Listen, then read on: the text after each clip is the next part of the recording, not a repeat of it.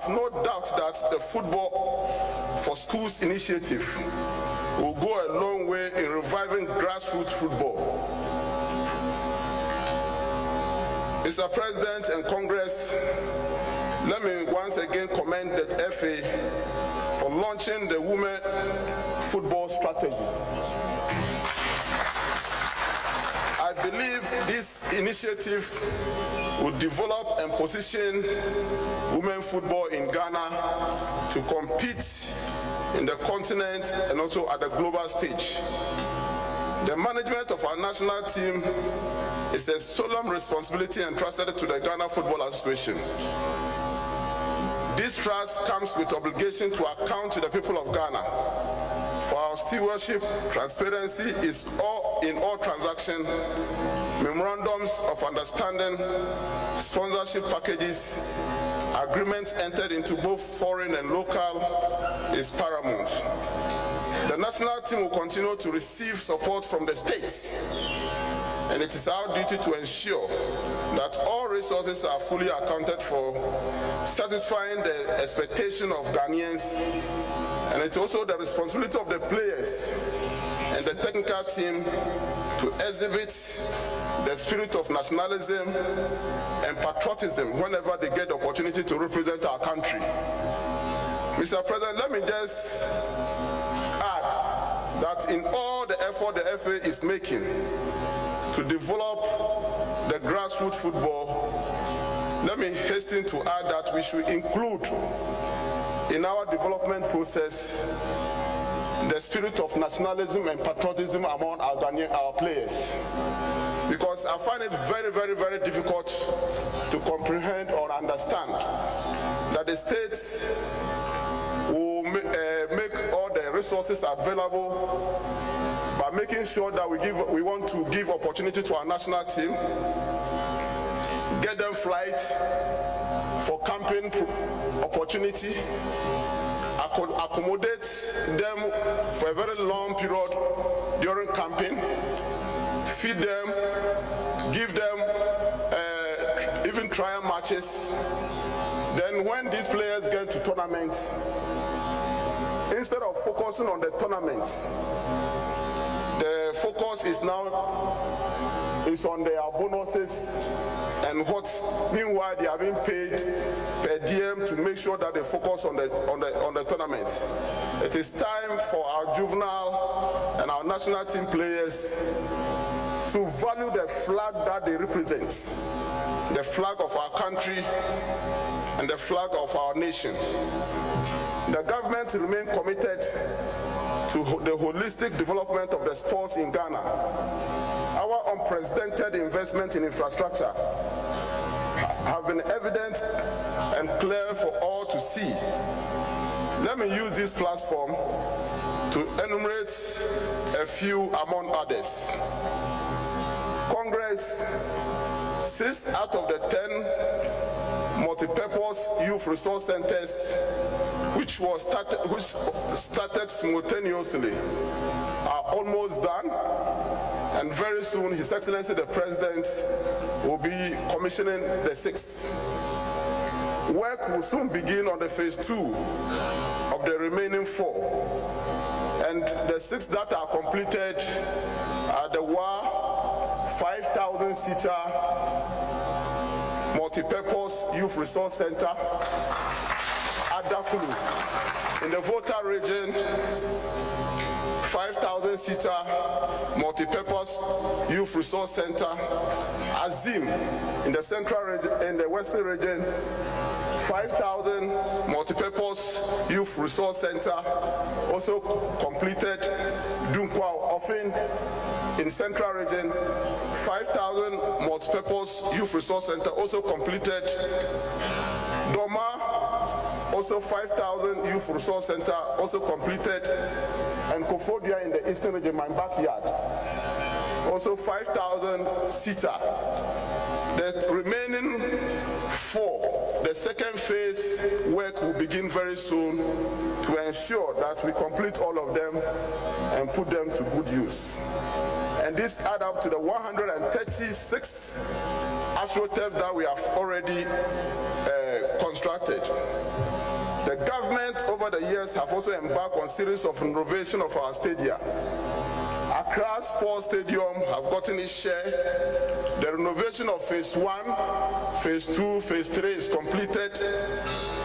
Baba Yara Sports Stadium here in Kumasi, the Phase 1 has been done. The contractor has been asked to move, and the Phase 2 currently work is ongoing. Cape Coast Sports Stadium has gotten its share. Esipon Sports Stadium have all benefited from the government intervention. In recent times, there have been reports in the media concerning the state of Esipon Sports Stadium. And I can assure all of you that we have resolved the procedural delays, and the contractor has since gone back to site on working on the Phase 2. It is my wish that the teams within the region will make good use of these facilities when completed. The government is also building sporting facility at Botima and at the University of Ghana to host and organize the 13th African Games, CAMS 2024. A FIFA standard stadium at the University of Ghana is one of them, accompanied by several warm-up pitches which will be utilized at the grassroots level after the games. I believe the time has come for the paradigm shift in Ghana football. We need to change the way we think about football, the way we manage our teams, and the way we develop our players. Football, as we all know, is a multi-billion-dollar industry. And with the right mentality, approach, and strategy, Ghana will equally reap a lot from the game. Trust me, with the right strategy, there wouldn't be need for any team to even fall on government, or even the FA to fall on government to run the national teams. In conclusion, Mr. President and Congress, let me once again congratulate you and wish Congress a fruitful deliberation. Let us seize this opportunity to redefine and make decisions that will develop our football. God bless our homeland Ghana and make us great and strong. Thank you so much.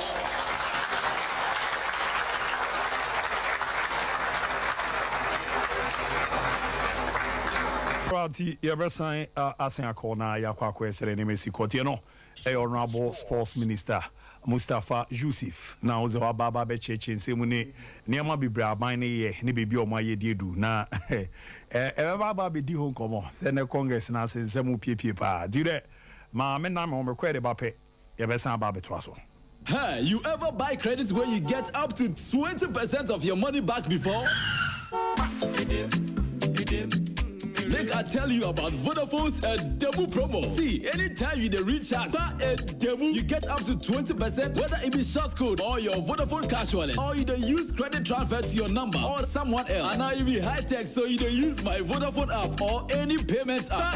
However you do, Vodafone go send you up to 20% cash back into your Vodafone cash account. Who reload here? But then you enter. Top up your airtime with 5 Ghana cedi or more in Vodafone's demo promotion and receive 20% of your money back straight into your Vodafone cash wallet. Recharge and cash out in the Vodafone demo promotion. Vodafone, further together. Play now Landio, Ghana's #1 casino game. Aviator Al Landio Betway Airport. Betway, for the love of the game. Bet the responsible way. Regulated by the Gaming Commission of Ghana. No under 18. Terms and conditions apply. That's a long ball into the penalty box right now, and number 7 receives that. He's gone past the defense. This must surely be it. Goal!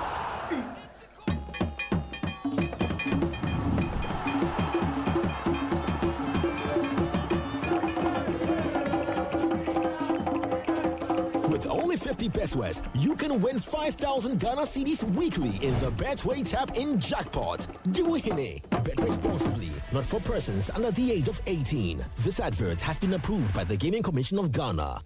So betu kwan akosua de e wa manone enda from kra. Top tier amana ye fo. Achechefo a ye de oboye adwuma no. Etutu kwan esua de e wa manone enfi bebre. Ye betimi aboa wo. Amwa bo degree or masters or postgraduate or doctorate or US, UK, Australia. Any of my mind so bebre. Ye yen chwe ma one ma one person one short sat IELTS and to fail. So person utu kwan akosua de e wa manone dia. Empa top tier. Kumase ye wo Amakum Bank of Africa and Temuho. Friend 0260-411-847 and I say +1 646 659 5045.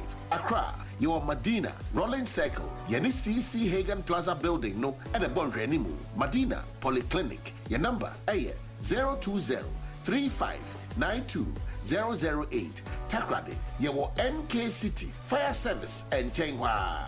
If you're Quanta Road, no so, you're bang Fijai School Park. Your number, 059-800-7852. Just study abroad with us. Top tier, we give you wings to study abroad. Top tier, our clients, our priority. Esikafo wo krom wo de yi anana se edidi hu nkomo yi en wakofa abrofu free abrochira ba besin in terms of fefe sa no akwa ma se abrohafo 52 estate construction and ese dan kama sa no e ka no so nya hu bia o 52 estate construction firms nko na esi wo dan se me ka se wo ka champa tie company ni din en e frɛ no 52 estate construction. Oh, I see.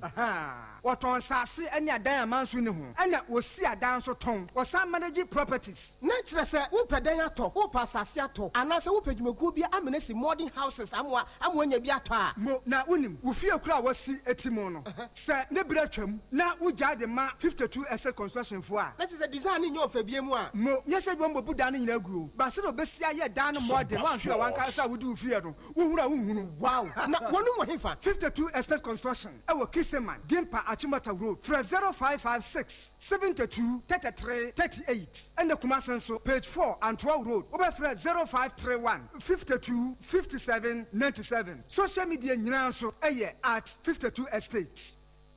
Alright, ya momo dina yetimi entwaso emfa mama na mom quick one.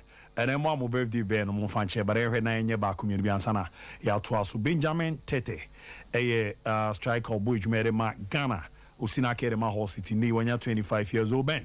Happy birthday Romo family. Season we di prebia Emma na Ubijana so na wa yejuma na niam de ye kama pa so no etimiera mana afino Alberta Dufie Anoche Eco Bright Future International School ahonjo papa ene Collins Anoche achemfu groups of company na emezo papa ni papa duzunyi na be ni papa tizo papa na nyame mankwatenten ahodi wom na de opebia no emramu kama pa so no entimi emfa emma na afi bi nko emfa ma Megan Akosua Chema na Megan de miame ba no zanze miame nua Kufi Kran Orwani Chemu Abrefi Hospital Techimana Hona Papa Ozonzuni na be penyimpa there's all papa na montuna from Kwadabi Menena no na enramu kama paintimi emfa emount merana Marco Apostle na yabomodin ye din komo kakra na yon sere ne mesiti na mo mamre na minyi ba community influence na yababa be din komo no na bibia akoye petimiera mamaka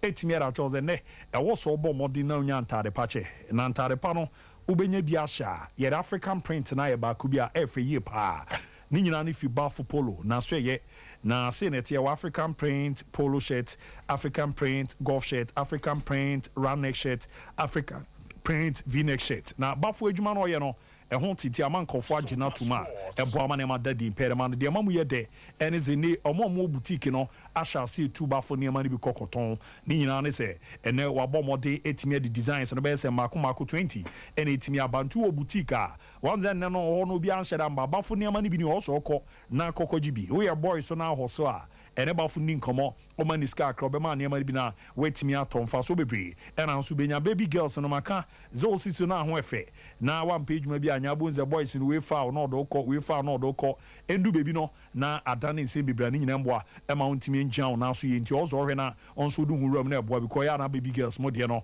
e ya de hia me ye pa no so echi no organizations awdo na NAF association awdo na titu companies no e bi dize bankers mo Friday we no mo fan share ba fonsa and Ghana ne school for no teachers association churches na fan clubs out na ni no mo hwe na ya bomode tu anamo no na so no on set me aka mutimi kokokutu ebom package no de aba your gold package 20 shirt or box mo your silver package 50 shirt or box mo your bronze package ene no so no ade a or box mo na jeze gold no 20 and silver no 15 bronze no 10 gold no bomode na to no a o deliver de am free no untwa capital ankona te say so no yetimi jeba fonta de ni bi ba bia o Ghana bi obe deliver etimi the amount if an number no 0249 600-789 0249 600-789 0599 899 919 0599 899-919 emboa na ne man koyi kama so no etimi emfa ema de minim ze atutom ni ade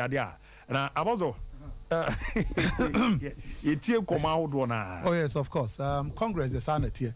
The ordinary Congress of the Ghana Football Association, the high decision making body, and they take a decision so once before season until you bar the President Kasai, yes, say a roll call. Then the president will come and speak, and after that, Ubenya activity report of the General Secretary. And in minutes, last season, they call near the NSC, no manya butre minutes, no yabe kankamu, na obi a war Congress, no delegate of Obia. Near maybe or man van Shima, obe concern, na o my and son of my to someone jintuma. There's the last year Congress now, and see payo. Oh, okay. Yes, very important. No major tum. Now, on say, time President Nuka say we know. Prosper Kasa said the way no man.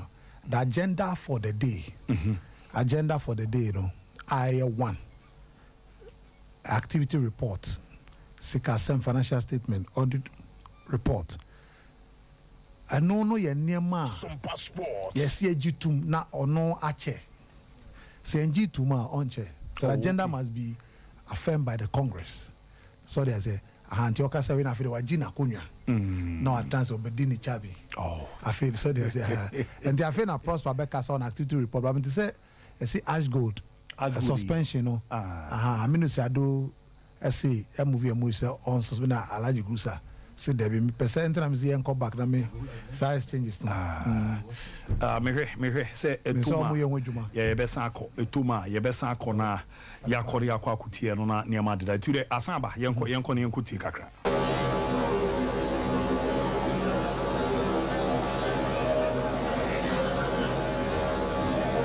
So those in favor 67, those against 17. So the motion is carried. Thank you.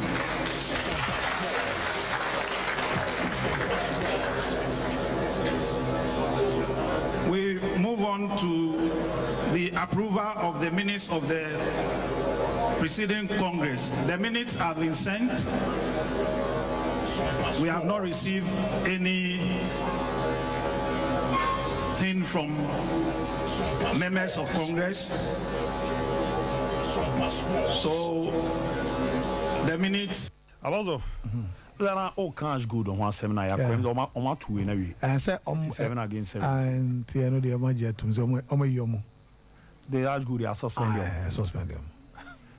Say Parliament, friends, Congress by a show of hands and a kind. Oh, okay. Yeah.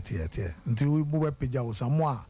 First of all, more we in favor. No more page musane a kind. Now for against for no kind. One moon per se as go the man more moon division 267 against 17. Yes. Wow. More pa. Say to do na jatum say name mo ye na nsem fatante so. So you suspend you. Yeah, so you suspend you. There's a few women no football activities be as good. Intimate men who cry be yes.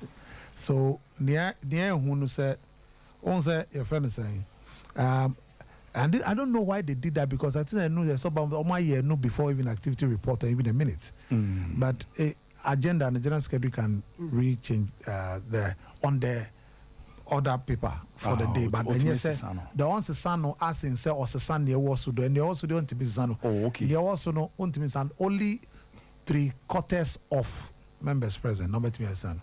Oh, okay. I don't mean so. So there's a but say Yashishan, Jishamun Yabede Yashan, the ultimate sunshine. There is Yashishan. But say a moon we need to say, Matema Sampana, Yasan Twaso, now Moma, top tier steady abroad consults, and where we high school, and I see Pono, Nyama did the meet me at a mass or Pesoko, Eco Cocoy degree Hodona, Ewa Manone, then masters, postgraduate, diploma, and a doctorate degree programs on our USA, Canada, UK, Austria, and a New Zealander, need top tier steady abroad consult, Tomaba, Ababa Bazi. Now, Juma Mobonese, I won't say no ye alit, and Ampuno, or ye footballer, none Juma after high school, no, and your mooning como, ye bet me abuana, near my dedia, yet wakwa ramu, ewa manon, and also no, Usia, diano, now bombardian talent, no, or then a diamanema kuye pera, maybe bois. Emanya scholarship be a partial be a fua. Nina neba nanema da ye pretty man. I want to start no. I'm a bomb dear chen quadana ye tia boama on sunu timicha. And I feel necessary no graduate and undergraduate student no so no. Any omodo qua. IELTS no ne TOEFL no utimi twetwa ne yepa ne nyina za cheche for na che wade no eyenkofo omunimde de onkoye kra na be zemfie no dun wotwenie e na wagian na so etimi abo adwuma acha de wa amono ne di akone aba ti o che wade ne nyina no osan wonimde ne kwan abefa so abe adapt to no na ne ma adade amantu nya ne bibia age so obomoden e don obo top tier steady abroad consult mo e no du ramu Ghana amo mia bia bibro mo boedwan kran opomo a Madina Royal Circle CCA Gun Plaza Bansro no mo ne Madina Polyclinic no ene di ni number ni 0203 592008 0203 592008 ina Kumasi Amakum traffic light no mo Eben Bank of Africa plus 646 659 5045 plus 1646 6595045 plus 1646 6595045 and after 0260 411 847 and you come say number no 0260 411 847 na takra den so no na oko NK fire service mom eben ho awdo ni ache mo fian kwanta kwan no so no amo Fija school park no tadi number no say 0598 007 852 0598 007 852 di amwa na ne man da yepa emfa mamo kama pa dem say is there an update aba no na shanty good I suspend your na agenda we suspension and expulsion part of the agenda for Congress and here step by step almost free also we ya na minutes no by of last and here share part of the agenda for the day Sunday my Congress share ye film so na be because Congress and be a GFA almost 2 million Congress there Congress the almost 2 million Congress the betime sense 2 million and so Congress G2 and no as the council need to me so be some so there's a anti na umudi ni nyina ba there's a Congress agenda 2017 say as good is suspended emo yenye export omo nyomu free agro dabi but I suspended yes anti owie minutes na obeba afi na ono prosperous na do no esquire oba be ma niema afi etwe mo course so Ghana football activities e course your national team your league division 1 na ball ne course nyina no ono e di ba betudwa or the tudwa we na delegate president almost say no kra na omaji atum say no kra bi wo issue a obe sorry na ono apeja nensa na president of the FA admit is onkasa na wakasa achechem ni ntia until omaji atum say report no e representing ne course afine twe mo no na omaji no so atum na akasa okay report no ekroji anti uwie no na sika financial statement sika ba ye ne say ne ba nyina so on the tudwa and so say adjutum say no kunta bo no bi amfa ba bi se na bi akosi se ba be rem ne nyina ye kama na no so majatum auditor report so beba yeah Bishop Beckham last no the report to be tabled the auditor will be tabled by the auditor NEPA representative of audited firm no firm na audit FA no Bakatili yes so among a rep Sompa Sports no abet ni oye no they atomonim and also this omuji 2 months so how powerful Congress is yes omanji to manage the auditor report no and yet adia omuji 2 say a true reflection of the audit of the FA so they say and the omuria now the issue about and proposed amendments sakraye ba baby bakumino on say constitutional review committee no na nka omu propose amendment by na dey ntimi ready. Yes. Baku ye say tenure of office of the president. Say can one can no make one say. Oh, okay. The very proposed amendment on beka na baby sakraye say ba ne so mujitum on be ya na and no most less that to saba because in bi ni e bi ya ta anya adwen no man to saba na and also ya jiatum na sakraye, but then the issue about demotion and promotion. And also but the challenge this year, the fact that as we speak now, we in extraordinary Congress, and to be demotion and promotion to Ama, why never be a president? Because just October election about yes. So the issues of sponsorship, a big but so anka ni year mu padia, anka league no shas no, anka mu ye election we anka na ye no. But now it must be determined at the Congress. But me sure that some people will speak against it. Oh, yeah, sure. Be more back. Yeah, of course, people will speak against because it's not right. Already, Congress now has no interpretation. Interpretation may be their man is wrong. But the start is wrong. Unfortunately, interpretations that don't lie in their head for the statute. Your spirit and letter of the statute. And no cry no because Congress is a basso. And can I say I electable Congress? Congress, yes, I had it to by elect the next FA president. Yes, and we are now question the issue about league and in Mebeba. Now you come. You usher the next president to now you come. Okay. But I did not be because league never shall say that. Is it October? I shall say after election. I will start September. I mean, we don't know it. I can't take that decision. When they'll table it, but people will speak against it. Marky, almost table and people will speak against it. It's not right. But anyway, Ghana, no, that's what it is. Sompa but Ket can send power. Ansem de wa can be pa. But my correct way, the Ghana, the juvenile football. Please. Sad. In fact, Mr. Jeffrey was the chairman of the Juvenile Committee of Ghana Football Association. Please, it's very important. And no, we had the National Juvenile Association, chaired by Roger Jeffrey. No. Their name may be a matter of fact. Anyway, a juvenile a chair. Oh, that. Yes. I nya George Fee Cramana chair. Omo daddy. So there may be anyway, it's just a matter of fact, correcting a error in his presentation that order that. So they say, the mat near my coast football there. You're very careful because first of all, coast football na kasa see ye.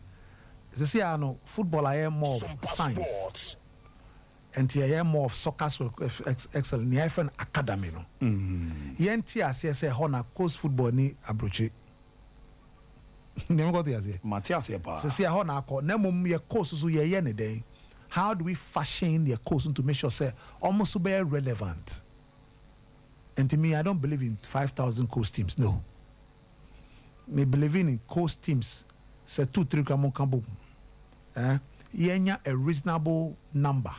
Yenya premier coasts. Is Ashanti or premier coasts? NAB Award Division 1 coast. Yeah. Sazabo number. Na yentimi mbo mu ye. Ni yenya shema mu wan mu na coast no na do dia mo coach coast. Coach out of passion. Yes. You're making sure say you training and not just one off train. No. The coast coaches maybe no is because basics no nyina honef. Dodwana na so mo call Ayas mo. Sa. Omo call Spain, call Barcelona mo Madrid mo. Enko ko sua hawa. Nkolaye titi nkola ndi age piano. That is where those are the things I want to hear. Because se akolano frio na ya manu basic intitiano from sa Nicola Bremer obenyi no na waketri or which is what we are experiencing today. Okudu abruchina echen nemo bizonya no gino din ore. So we need to get to the level where we should have a coach premier. Yen cutting the numbers. Enya dodo na coach fighter, enya dodo na here. Lian few numbers across the nation region bia. Yen what cut off point. Ni share how I bet me magic, no problem. Now yas bomu even afibia sikasem football jerseys ya bomu ye. Ye mamu ko omombe winning for even regional tournament. Ebia Ashanti region. Me fans say connect be with the regional coast championship. Ye mo on to called international tournament.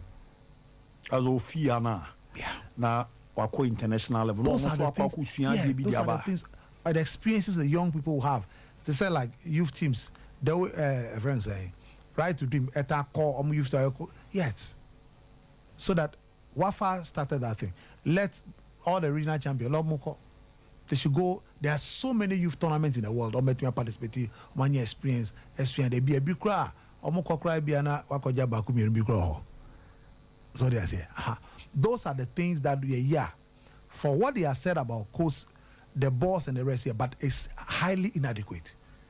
Niami cannot, because you see, the way forward is having a sizable number. You bet you Sebe ubia yenfa regulation to you ubia can sorry so be Mitico's team. There should be regulation to make sure say before because of Tico's team no cry bed the amount. She said when Miti which says be ubetimia bobetimia shwenkolani ubetimia tobu zine mama say ball back on $100,000 is good, but 5,000 teams balls on your ball back on a club back over something like and then what? Yes. Enya kono. Enye kama. Na yetimi show mu ye. Eno na beboa. Na ye dudu bebrebe no tugu musa na de. We have three phases. We are the schools football. Schools football no so yenye ni ye. Because school football no me the major backbone. Because I dare be complementing course by school football. Schools football. There was a lot of talent there. A hono na sem no no. A hono how FA Ghana Education Service Ministry of Education, Ministry of Youth and Sports, they must come together. Now I'm gonna make, but you see, the FA must. I saw here a good case for them. I buying how I saw all very relevant in making sure say or providing some level of logistics. The omnibus are buying to provide here. On here no cre, di pepe yo because kasem. Secondary school do our Ashanti region kwa. Talent our Ashanti region no put. Minyan call brown regions no. And now you see you share players. Now you proper trainers for them. Now you monitor our progress. It will be our coast team, our under 70 or born a club and I say Division 1, Division 2 or in 5 years if we do this very well. The Endu Morocco will be about 20-30% of what they've started. Because almost so this the discussion for matters of coast football our nothing tell a hot near circle. Also, my team, Bijom, Bijom. Yeah, Football Republic for us, and then almost some more dia to job. Medical shall say on me fear because me near buying every boom and a Football Republic so baby. I'm say, Utis and Minister directly is going after the under 23 team. Near Koso or Morocco. Now, young Kensi so say, check now, Chidi Cocher and Crown or dressing room or say, I throw on Benyan on Bagana check and inquire. I'll still check sports. And you know, I'm trying to let you know how these boys, baby, on Wobiano, they would feel. Omusi Kanan Kasa, the coach more dressing room, or Morocco say checking in the atron. Or maybe do Ghana, not do any atrum now, I'll check in and koi. And Clay now be any scaby. Oh, my dad, or more. Tinny football, the Sen and Namecano, a basic casem. Uncran who the empenny for a year. Tessie, the dear Chinus, you had your decano and auntie. So what I say, of course we are say Abdul Salam Yakubu Nusubo for say campaign promises in Tondi or baby. I sorry, yeah, auntie, you go so I found some Congress no my and Football Republic, a bomb about Sopana or my idea and the jabim, the BI come. And she said, "I'm so mocha, yet how much yet baby dean and some FA president kind mean to mean na and James is here is a man and Casano and she didn't know I have a ene de be mon na ya da nyankopon so ase secretary ampo ahwe na KNUST asase na mo ba so no atimi akoso ye ba ho sesi a KNUST no ye dia because nyame ya adom de ekopie the owners of KNUST near University of Katanga and SRC na so amamu no na me third in command ntimi duru ho sesi a ne o makobo nkomo na baby I'm from my no ntimi ma ho ebra me so me ma ho bi me ba na eno da nchen a me ra ho pa adai Sompa Sports. Say na weekend na me ni Kumase. Yeah. Say na me wa ha nka meti. Sa me no shadow na be movie sa motion. Na me te ya. Nka kwan bi a me fa so me stop ni bi a me atanka me stop no. Adai. Omompa panyin bi a wa bo ne bra wo be di nchi na wo. Na movie sa motion no. Sa. Ai. Kana ni so no mo. Na wa bo musu kese pa wo na bra bom. Ah, bijo. Onim ne wa ye na me a me frɛ no. Me onunti na me ko. Wa bo musu kese. Well, he's done a terrible error. It's grave. Sir. Could you find no adenase? Me sure so a movie motion no be ban. The motion had to be moved because but you say empire me say ye bo din shemra enye ye bo din susu tum regu a enye kwaku na me nua shado aye no this empanyufo no fetch kopacho look a big thing. Amamre ni amani emu. Me mfa no me bi ni agro. Ya because he's very close to me. Say na me to me a. Me say na wo weekend ka o ti ya nka be ka. Oh, how weekend ya nka metis operation. Say operation na no mo be e wo mu. But as I bodu about. Em say ko wana udi no. Ma me ne nkasa ka. Ne nkasa. Bigi bibi aboko there. My girl. Sompa Sports. As I bodu. My girl. Me Santo ma pemeko. Na me as ebi okay Black Stars team manager no. Imagine say ya link play ye bi. Ba dem am sign. My girl bibi aboko there. Come connect we. My girl. Michael Temenka. Montemenka connect Bluetooth ne enko. Bi yo mi dio. Say ohwemu a obi abetimi ayesa de we. Ashanti Gold. Enye football club keke. A company. Ena babia team no.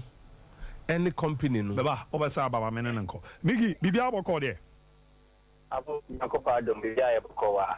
Nyame zo ko yi ba ma kasa ho na on Temenka. Ya tietie bi wo ha ne de ewura. Minim ezi adwuma de ya akwa kodu he.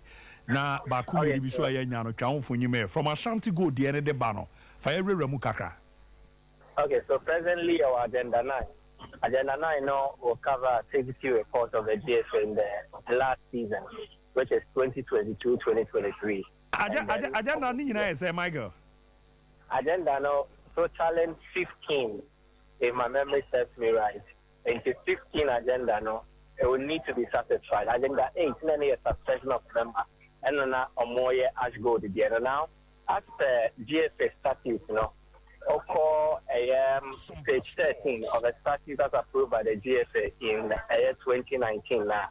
A catastrophe suspension of a member. Your crime, you know, FNA part of any members is free or no need to media audience. But pay a suspension, and the other one not pay expulsion. Now, I'm not trigger the suspension in article minimum, which is article 17. Next, or more chema, as go to media, or money telephone menu or more, as suspend your man or more planning for football activity. And here, Dr. Coco Frempon and by Emmanuel Frempon. As go near Munyanki on JPA, or more if an omiji to the ye. And the next step, I say, suspend him, and I said, Congress now what to me say, or suspend a member. Although say, Escono, Ewa Quenya say, Letia Webimono, or bet me a chain member the sign. But here, bet you my sign craft for a foreseeable period, and I said for a season or more. No? This a Congress may be what you now. Fucking Article 17, the Congress which may suspend a member. This will more than 50% of the delegates represented. Now, delegates no more representing the members. So, I was there, more to Abano. Yenya 3/4 of the voting.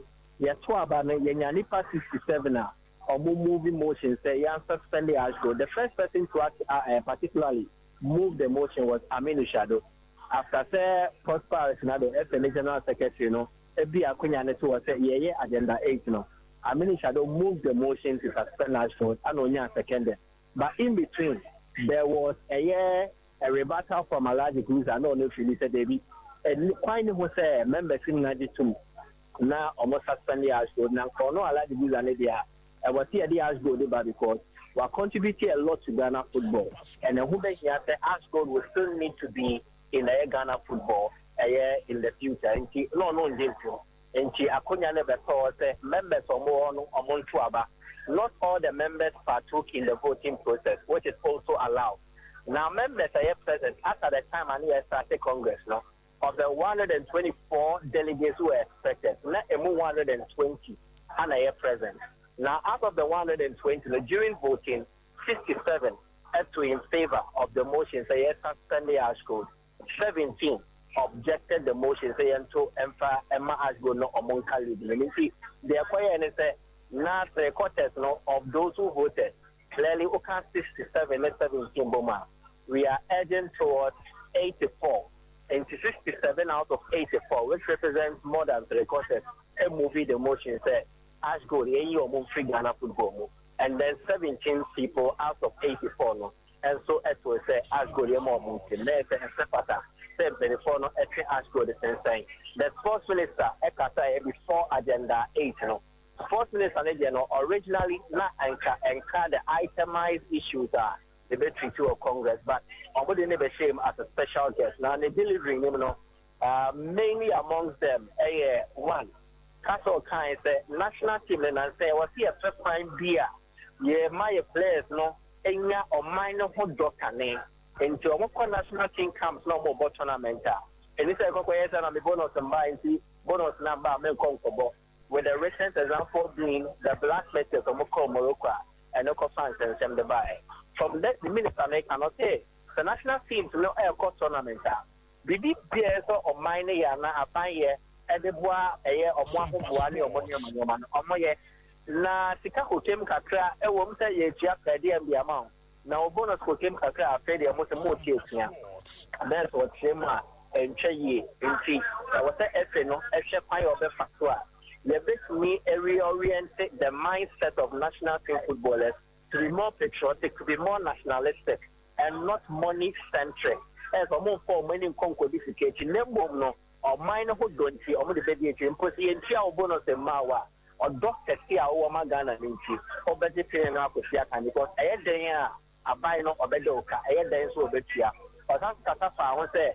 I was there, saying, nothing, more to say. Baby football nekono and say no may be here and the FNB scrutinizing the approach to now what has obeyed me embracing more modern ways and more productive ways a man for a football in Mudiaba. Minister needed to go, but I think that the center of everything that has transpired, now the DFA president may address Yapia Bijna Bonte, then at the sidelines of the Congress and Komo Kataba Kumenu Akoko Chemua. There's a address, president address, It looks more to people like a manifesto no be delivered. There's a campaign message no be delivered. And not necessarily an address at Congress detailing the activities of the GFA during the season under review. There's a GFA board, on your platform, no now pay your obedient and no mere provinces are holding. And they are commoded one or more or more 80 and so at a tray. Now, the NFA president so Oko Twitter, media Kotuo, Baku, Menumia, he spoke at length on Yoma Bebrea over there for Ghana football. Now, or Katafase, and they push a GFA. My girl, no, over to us as I'm coming about on the now, Kaze, a Bimun is a manifesto no Baba Becana. Now, in your reports are there. Ebi mo tennis no fa no zo de oyedie hemze nye congress nti ezi ebi mo kra pie ko se dan minim ze bibisa wa hu bibisa. So the main character in the scheme now in the president of New Edibia say Abdul Salam Yakubu. In the middle of the GFA president's address, he burst out of the hall. There's what you before a then okay, and so the comment is that now or kata ebufu say Nyoma calls the entire videos of her. The Becky Carbon, Yaba, Yadis Abba, yes, me, and they say it's for no Muslim and the course of the birthday. But what happened was that Abdul Salam Yakubu burst out, Minka left, he burst out of the hall in the middle of the GFA president's address. There's so and or the PA. We are not Ponchaya is the only main character no so PA. The rest, minimum football people, no. So, or more a year, you may be say, or more conduct in them. So, individually and not outside any premises. DA for officials, we go also or conduct them. Those who are no, or Munya would say they paid attention to the delivery of the president and or here. And then there were applauses as well. As we say, here is or the president, you know. There were even instances where necessarily not call for an applause. But you know, so clearly it means that members of mobile, they were in jail with whatever delivery that the DSS president was given. And then the same demand. Now, young Bobo, so maybe a minimum why? We have said the air penana watch it, do all bar. Now, many was Sinkunyani, a rama, do the dancing court, now cocoa rum, not was why. But it. Tell no, yeah, Michael outside Bodu, na ye cocoa ramu, King UST, great all, and all the report now about the biop. Monye na ye nyi we say course kra na metimi afa ba ko mienu bi mpo na e be gya de aka de amon na wada ma mse nya mo kra no be ko nya na corporate yeah anti ma menya na me form na monye we ati ye wo ko ba ewia na ye be trans but I say what you Michael confirm ya ma me Abdul Salam Yakubu ade abufuo pa na pie Azide. God abufuo pa de pie. Ze ohun ni zaze we di over time you go through. Mate. Omo hwe no betimi about 0451 931 0551 Alakazet. Brana ye nyedwuma na ye nkwa anim na 0548 931 0548 931 Odi ani baby am frefi. International good yabi. Minu a ogaza bi. We are cross by the get a French so. Kwaguyango. And a prime abaso na get a good bunch of bojima. Na me churu me for the 2025 president. Now lawyer do that ko. I am terrible so no two pa ma me kiano. E director. Oya e chama mabu boss so me die to the essence I bawo. And I sports minister o kese ya. Me na ma ko bu tani say you ask you my petition or start here no. Ah buy what I am na ko ibretu. Can somebody give you how much I tell? Then you want to tell man to get the idea. What Germany to one more second time, what I didn't see a catch on that. Mate, made us a pie when I am for one and twas. Oh, dear, baby, our freffy. Hello. Hello. Hello. Oh, Dini, baby, our freffy. Lampard, me do. But football people don't wear football. It didn't much say, especially happy. You are threatening the Subaka, you just to come to me. Especially I wanted a Senegal, a Cameroon, and a Cameroon boy. I believe I can't answer me. Because of the enemy, they are born and go yet. Mate, Medasu, Diani, baby, our freffy. I would have it. Yes, sir. I would have Solomon. Solomon, I can't one family. Nana from one status or Mango Bejanov. I'm more when a Japanese Abato, not the vice president of the Republic, the Paladi Mambo Baumia, and a promoter show the Farming Channel, and I rap at the Kajon Kanta, Mason Kanta.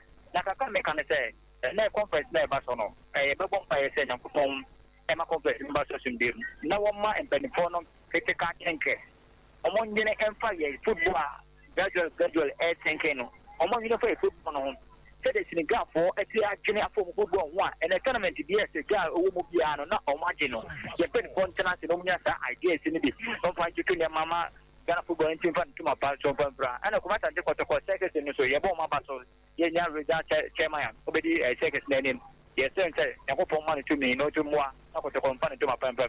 Mate, Medasu, Diani, baby, our freffy. And we are from a kind of Gideon. If free a kind of Pristia. Gideon go. Abu Marentia, one a kind of Wabega for Atapuku, Michiana Pa, Yanko Fosso, Uncle Sama Mobile, or Mojuma Dia, Moya de Bois, my Ghana. Abu Maron Commander also. I'll say GF president. So, say, Sompa in the Juvenile Wodia. Onyano Quafo. Since you came into office, now that you are coming to promise that you do the various clubs, you provide this, you provide that to the club. So since you came to us, if you want to know so we provide everything now, they are the kind of football people now and the class now. So Mate, me da so diani baby afrefi. Abu Diaby. Mame Bongo, yango. Udem what to provide. Now Abu, the American say the Biamas Mamaka and the Buffo Kano and the football no. Algeria and penny for the football and looking at a penny for an air of fat. And that would have been football. From Quack and football, your football, your football, yes, I've been and play football. I don't know which I am. Mato Zoni Yamentan, Udiani baby Alfrefi. Hello. Yes, Audini baby Alfrefi. Thing I can't speak to you, I've been all this. So far, I'm not going to. From the start of the GFA Congress, Mamma would be a cosina. There be some more kicking out to say, that do. Memory of her, so do a 7 or Yanagana football at me at Tumpo. That's the Domestic go to I go to the right way. Mate Medasi, Ona Kato, Dini baby Alfrefi. Hello? Yes, I want to Kato, Dini baby Alfrefi. Yeah, I would have met Yamona because I feel the mind to contact. Abu have the GFA president to go and 4 more now. Because near Mamma Jomo Kai,